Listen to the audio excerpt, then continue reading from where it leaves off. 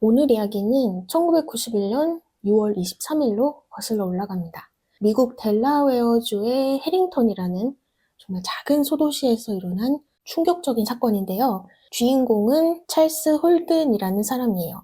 41살이고요. 평범하게 공장일을 다니면서 다들 한참 자고 있을 시간, 밤 12시 30분에 퇴근을 하곤 했죠. 근데 우리 보통 일 끝나고 나면은 피곤하고 한데 집에 가서 뭐 먹을까 생각하면 엄청 행복해지잖아요. 찰스한테도 그런 작은 즐거움이 하나 있었어요. 바로 집에 돌아가기 전에 패스트푸드점에 들리기. 가서 햄버거 하나랑 커피 한 잔을 꼭 시켜 먹었었는데요. 이게 별거 아닌 것처럼 보여도 찰스한테는 하루의 피로가 싹 풀리는 퇴근길의 소확행이었죠. 그래서 6월 23일 이날도 어김없이 평소처럼 최애 패스트푸드점에 들렀어요. 익숙하게 주문을 하고 얼마 기다리니까 음식이 나와서 커피는 한쪽 손에, 그리고 햄버거 봉투 옆구리에 딱 끼고 식당 밖을 나섰죠. 이제 남은 거는 햄버거 맛있게 먹으면서 집까지 운전해서 가기만 하면 돼요. 그래서 차에 올라타서 시동을 딱 걸고 후진을 하는데 그 순간 찰스는 너무 놀라서 하마터면 소리를 지를 뻔했어요. 운전석 창문 쪽에 웬 남자 한 명이 서 있는 거예요. 그 남자는 대뜸 찰스한테 자기 좀 태워줄 수 없냐고 물었어요. 그러면서 자기 여동생이 지금 땡땡병원에서 방금 아이를 낳아서 거기를 지금 꼭 가야 된다고, 나를 병원까지 데려다 줄 사람이 필요하다고 상황 설명을 막 했어요. 찰스는 처음에는 거절을 했는데요. 왜냐하면 그때 시간이 거의 새벽 1시가 다 되어가던 시간이었고, 여기 햄버거집에서 조금만 가면은 바로 찰스 집인데 여기서 땡땡병원까지는 거리가 좀 있었단 말이에요. 그래서 안 되겠다, 죄송하다 이렇게 정중하게 거절을 했는데 그 남자가 포기하지 않고 계속 한 번만 태워주라고 부탁을 하는 거예요. 약간 알았다고 할 때까지 안 놔줄 것 같은 분위기였어요. 그래서 찰스도 그러면 좋다, 내가 병원까지는 못 데려다 주지만 우리 집 가는 길 중간 거리에다가 내려다 주겠다 콜? 하니까 그 남자가 알았다고 동의를 해서 남자를 결국 태웠어요. 조금 찝찝하긴 했지만 이 해링턴은 워낙 작은 소도시고 주민들이 다들 나이스한 편이었거든요. 그래서 설마 무슨 일이 있기야 하겠어? 이렇게 생각을 했죠. 그렇게 얼마쯤 달리다가 인터섹션이 하나 나왔어요. 이제 여기서 오른쪽으로 꺾으면 찰스네 집으로 가는 방향인 거예요. 그래서 찰스가 갓길에다가 차를 세우고 이제 내리셔라 얘기를 했죠. 그리고 마침 근처에 전화 부스가 하나 있었어요. 그래서 저기서 아는 지인한테 연락을 하든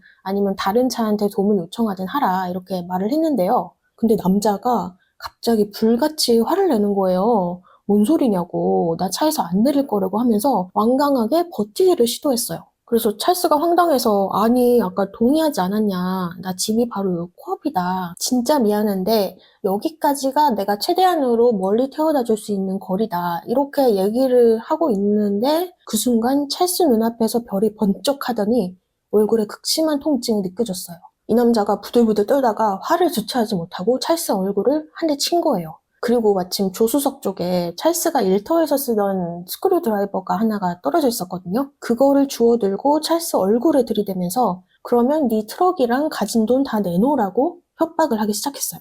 당황한 찰스는 재빨리 차키를 뽑아들고 차문을 열어서 도망을 쳤는데요. 반대 방향으로 뛰면서 뒤를 슬쩍 돌아보니까 그 남자도 찰스를 막 쫓아오는 게 보였어요. 한 손에는 여전히 그 스크류 드라이버를 꽉 쥐고 있는 채였죠. 그렇게 찰스가 한참을 달리다 보니까 다행히 가게 하나가 보였어요. 그래서 그곳으로 바로 직진을 했는데요. 가게 창문을 부서져라 두드리면서 도움을 요청했지만 때가 새벽이라서 안에 사람이 있을 리가 없었죠. 그러는 동안 그 남자는 찰스 바로 코앞으로 다가왔어요. 그러면서 오늘이 네 저승길 가는 날이라고 지금 이 자리에서 보내주겠다고 막 중얼거리는데 그 남자 눈이 완전 풀린 게 딱 봐도 제정신이 아니라는 게 느껴졌어요. 그 상황에서 찰스는 재빨리 머리를 굴려야 했죠. 그래서 일단 남자한테 진정하라고, 당신이 원하는 차랑 돈 다 주겠다고 막 구슬리면서 남자랑 다시 차가 세워져 있는 쪽으로 천천히 걸어가는데 성공을 했어요. 그리고 차에 어느 정도 가까이 왔을 때 찰스는 진짜 있는 힘껏 뛰어서 차에 올라탄 다음 시동을 걸고 바로 출발하는데 성공을 했어요. 정말 다행히도. 근데 이대로 바로 집에 가자니 고민이 되는 거예요. 그 짧은 시간 동안. 진짜 집이 여기서 가까웠거든요. 근데 저 정신 나간 남자가 차를 따라서 자기 집까지 쫓아올까 봐 너무 불안한 거예요. 저 헷가닥 돌아버린 눈을 보니까 충분히 그럴 것도 같았어요. 그래서 완전 반대 방향으로 차를 돌린 다음에 몇십 분을 뺑뺑이 돌다가 그 남자가 안 보이는 걸 확인한 뒤에야 자기 집으로 향했죠. 이렇게 저 이상한 히치하이커를 따돌리고 집으로 무사히 돌아오는 그런 엔딩이면은 정말 좋았겠지만 여기서부터 정말 믿을 수 없는 일이 일어나게 돼요.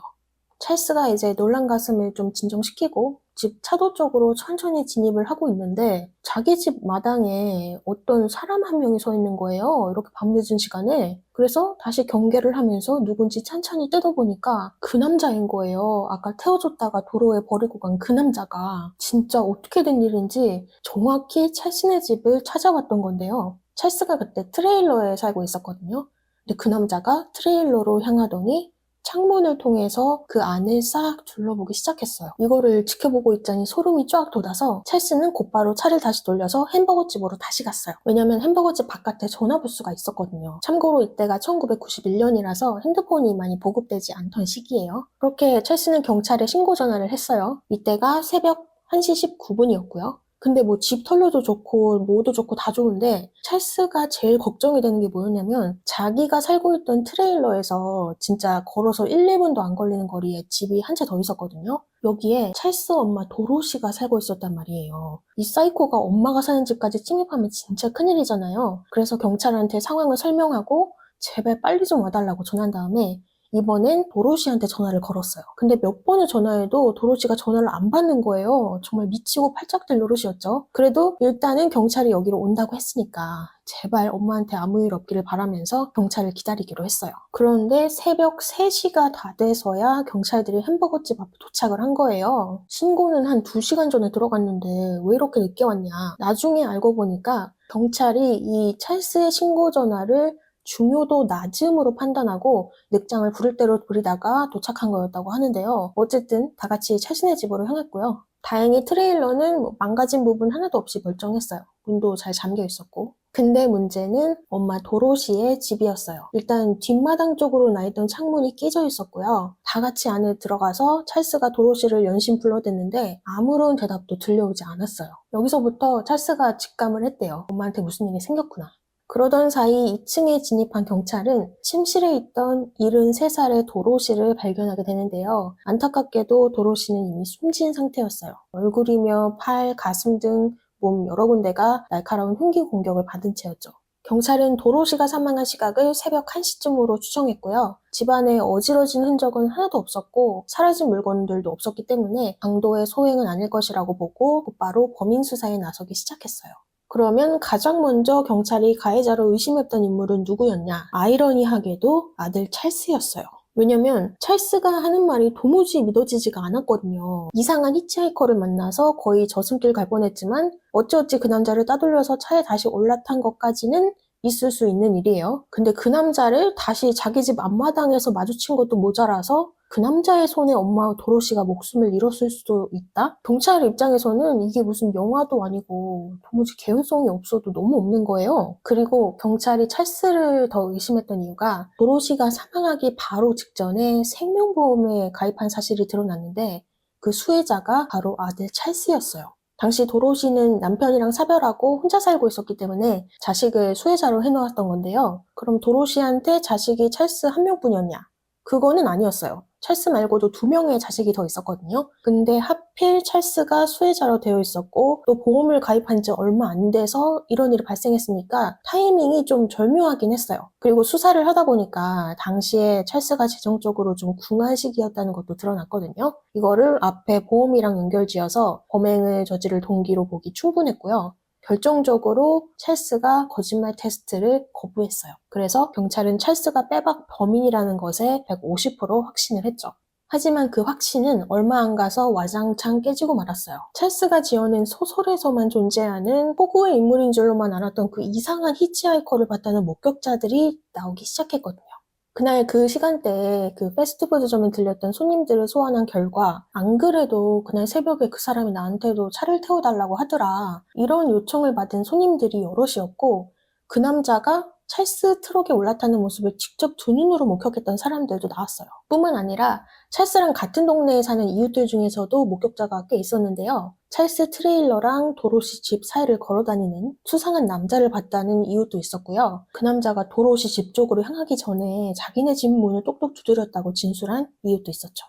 그리고 다른 증거들도 찰스가 범인이 아니라는 걸 뒷받침했는데요. 찰스의 얼굴에는 당시 차 안에서 그 남자랑 몸싸움을 벌였다고 진술했던 것과 일치하는 상처가 있었고요. 사건이 벌어졌던 도로시의 집안 계단 난간이랑 전등 스위치에서 피 묻은 손바닥 지문 2개가 발견이 됐는데 지문 검사 결과 둘 다 찰스의 것이 아닌 걸로 나왔어요.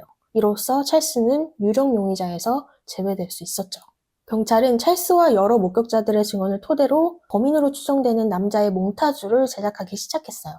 이 남자는 20대 후반에서 30대 초반의 나이대, 키는 176에서 179 사이, 몸무게는 68kg 정도의 날씬한 체격이었고요. 당시 갈색 정장 바지랑 갈색 체크무늬 셔츠를 입고 있었고 안경을 쓰고 있었는데 안경테는 플라스틱으로 된 빅사이즈 사각형 테에다가 렌즈도 이따시만하게 큰 그런 안경을 쓰고 있었다고 해요. 그래서 이 모습을 바탕으로 몽타주가 완성됐는데요. 경찰은 이 몽타주랑 비슷하게 생긴 여러 의심 인물들의 사진 리스트를 쫙 만들어서 찰스랑 목격자들한테 보여줬어요. 이 중에서 그날 밤 봤던 남자를 찾을 수 있겠냐. 그랬더니 다들 하나같이 입을 모아서 한 사람을 가리키는 거예요. 이 사람이 맞는 것 같다고. 지목을 당한 남자는 릭 미첼이라는 사람이었는데요. 여기 해링턴에 살고 있었고 위조 및 소액 절도 혐의로 체포를 당한 전적이 있던 남자였어요. 근데 이 사람은 당시에 턱수염을 엄청 기른 상태였거든요. 근데 그 모습이랑 다르게 몽타주 속의 범인은 깔끔하게 면도를 했던 상태였고 또 현장에서 나왔던 그 피 묻은 손바닥 있죠. 그 지문이 이 사람이랑 매치가 안 됐어요. 그래서 릭 미첼이라는 사람은 용의자에서 제외가 됐는데 경찰이 왜인지는 모르겠지만 찰스가 계속 못 믿었더래요. 목격자들 증언도 그렇고 지문 증거가 불일치한다고 확실하게 나왔잖아요. 그런데도 경찰은 여전히 찰스를 용의자로 의심했는데요. 심지어 이 몽타주의 사람을 찰스가 고용한 게 아니냐 이런 의심까지 하면서 나름 그 연결고리를 파보기도 했는데 관련 증거를 딱히 찾을 수가 없었나 봐요. 그래서 그때서야 비로소 찰스를 놔주고 진짜 범인 찾기에 좀 더 집중을 하게 됐는데요. 생각보다 범인을 찾는 게 힘들었어요. 결정적인 단서도 쉽게 나오지 않았고요. 그래서 이 사건은 점점 미궁 속으로 사라져가게 됐죠. 그 후 13년이 흐른 2004년 5월, 당시 사건 범죄 현장에서 채취했던 DNA가 CODIS, 즉 미국 통합 DNA 데이터에 등록되면서 이 사건은 다시 움직이기 시작했어요. 그리고 1년 반 뒤인 2005년 11월에 드디어 이 DNA와 매칭되는 한 사람이 나오게 되는데요. 그 주인공은 바로 메릴랜드에 살고 있던 41살의 길버트 캐넌이라는 남자였어요. 근데 이 사람이 정말 평범한 사람이 아니었는데요. 강도, 절도, 무질서 행위 등등 이미 전과만 해도 한 바가지 되는 사람이었고 심지어 어떤 사람의 목숨을 앗아간 혐의로 감옥에서 7년 동안 있다가 1년 전에 출소한 그냥 할 수 있는 모든 못된 범죄는 다 저지른 극악무도한 놈이었던 거죠. 이 사람이 2004년 9월에 감옥에서 출소할 때 DNA를 채취했는데 그게 이번 사건과 연결되는 결정적인 단서가 됐고요. 91년 당시 찍혔던 길버트의 사진이랑 그때 만들어진 몽타주를 비교했을 때도 싱크로율이 굉장히 높다는 사실도 확인됐어요. 근데 문제는 이 사람이 출소한 뒤에 행방이 묘연하다는 점이었죠. 하지만 경찰이 끈질기게 행적을 쫓은 결과 2개월 뒤인 2006년 1월에 여자친구 집에 숨어있던 길버트를 체포하는 데 성공하고요. 길버트는 1급 살인, 치명적 무기속이, 그리고 1급 주거침입 혐의로 기소가 됩니다. 처음에 길버트는 도로시 사건의 혐의를 완전히 부인했지만 증거들을 딱 들이대자 결국 범행을 자백했는데요. 모든 것은 찰스의 이야기와 맞아떨어졌어요. 91년 6월 23일 그날 밤 길버트는 나쁜 약에 취한 상태에서 더 많은 약을 구하려고 돌아다니던 상황이었다고 해요. 그러다가 패스트푸드점에서 찰스를 만났고 차를 얻어 타고 가던 중에 몸싸움이 벌어졌고 찰스에게 위협을 가했지만 결국 차를 놓치고 말았고요. 찰스가 도망친 이후에 길버트는 도로를 따라서 쭉 걸어가기 시작했어요. 그날 밤에 잘 곳이 필요했기 때문에 몇몇 집을 물색했는데 다 불이 켜져 있어서 패스를 했대요. 그렇게 계속 걷다가 마침내 비어있는 것처럼 보이는 첫 번째 집을 발견했고 그 집에 들어가기로 결정했는데 하필 그 집이 도로시네 집이었던 거죠. 그래서 집 뒤편에 있는 창문을 깬 다음에 뒷문을 통해서 집 안으로 들어갔대요. 그런데 아무도 없는 줄 알았던 집 안에 사람이 있었던 거죠. 그것도 깨어있는 상태에. 길버트는 도로시가 자기 얼굴을 봤으니까 신고를 할까봐 두려웠대요.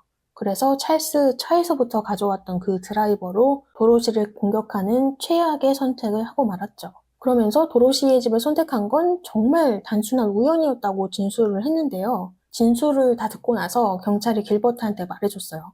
네가 얻어 탔던 그 차 주인이랑 네가 범행을 저질렀던 그 중년의 여성이 사실은 모자지간이었다. 이렇게 알려주니까 본인도 깜짝 놀랐다는 그런 후문이 들려오기도 했는데요.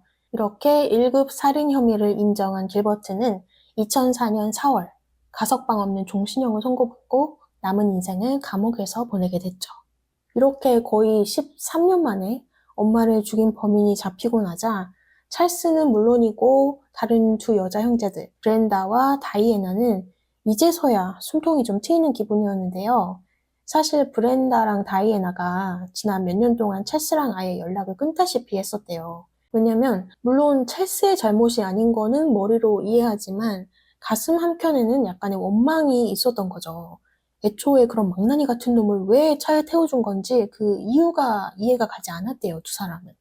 만약 도로시가 교통사고나 병으로 세상을 떠났더라면 차라리 받아들이기 쉬웠을 텐데 전혀 일면식도 없던 그것도 찰스가 우연히 태워준 남자가 엄마의 목숨을 빼앗아갔다는 사실이 두 사람한테는 쉽게 떨쳐낼 수 없었던 상처였던 것 같아요. 하지만 정말 다행히도 범인이 잡히고 난 뒤로부터는 두 사람은 천천히 마음을 열기 시작했고요. 찰스랑도 예전처럼 다시 연락을 하게 됐다고 하니까 정말 다행이라는 생각이 드네요. 오늘 전해드린 사건은 정말 여러 면에서 충격적인 사건이 아닐 수가 없었는데요.